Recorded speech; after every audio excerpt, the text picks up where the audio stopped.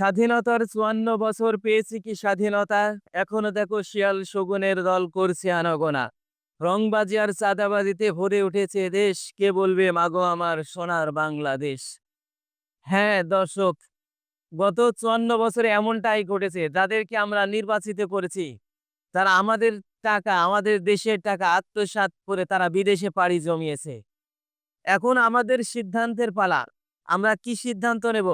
আসলে কাকে নির্বাচিত করা যায়? আমি বলব না আপনি অমুক জনকে নির্বাচিত করেন, কিন্তু আমি একটি আপনাদেরকে ধারণা দিতে পারি। কেমন? হযরতে ওমর রাদিয়াল্লাহু তাআলা আনহু এক দিবসে তার রাত্রিবেলায় তার রাজ্যের প্রজাদের কি এমন কি দুঃখ দুর্দশা, তার প্রজারা কেমনভাবে চলে, সেটা দেখার জন্য তিনি একটি রাতের বেলায় সেখানে বের হলেন।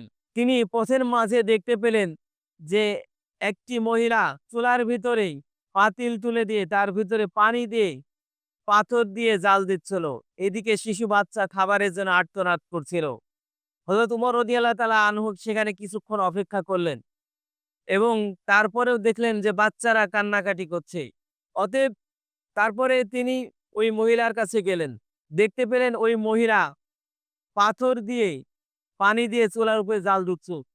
তিনি জিজ্ঞাসা করলেন, "তোমাদের এমন দশা কেন?" তো বলছে, "আমাদের কাছে কোনো টাকা পয়সা নাই। এইজন্য আমাদের এমন অবস্থা হয়েছে।" তিনি বললেন যে, "তোমরা একটু অপেক্ষা করো, আমি আসছি।"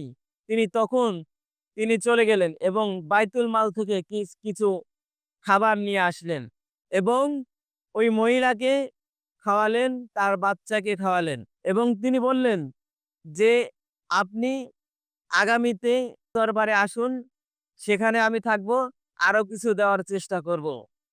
ওই মহিলা কি বলল, "এই রাজ্যে উমরের বদলে যদি আপনি শাসক হতেন, তাহলে আমাদের ভাগ্যের হয়তো পরিবর্তন হয়ে যেত।" পরবর্তী সময়ে ওই মহিলা তখন ওই রাজদরবারে উপস্থিত হলেন।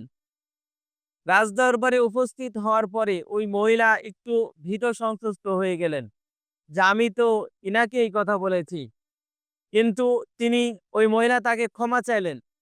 ওমর রাদিয়াল্লাহু তাআলা আনহু বললেন, "না, ক্ষমাটা আমার চাওয়া দরকার।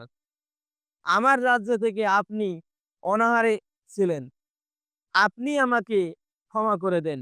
আসলে শাসকদের অবস্থা এমনটাই হওয়া উচিত।"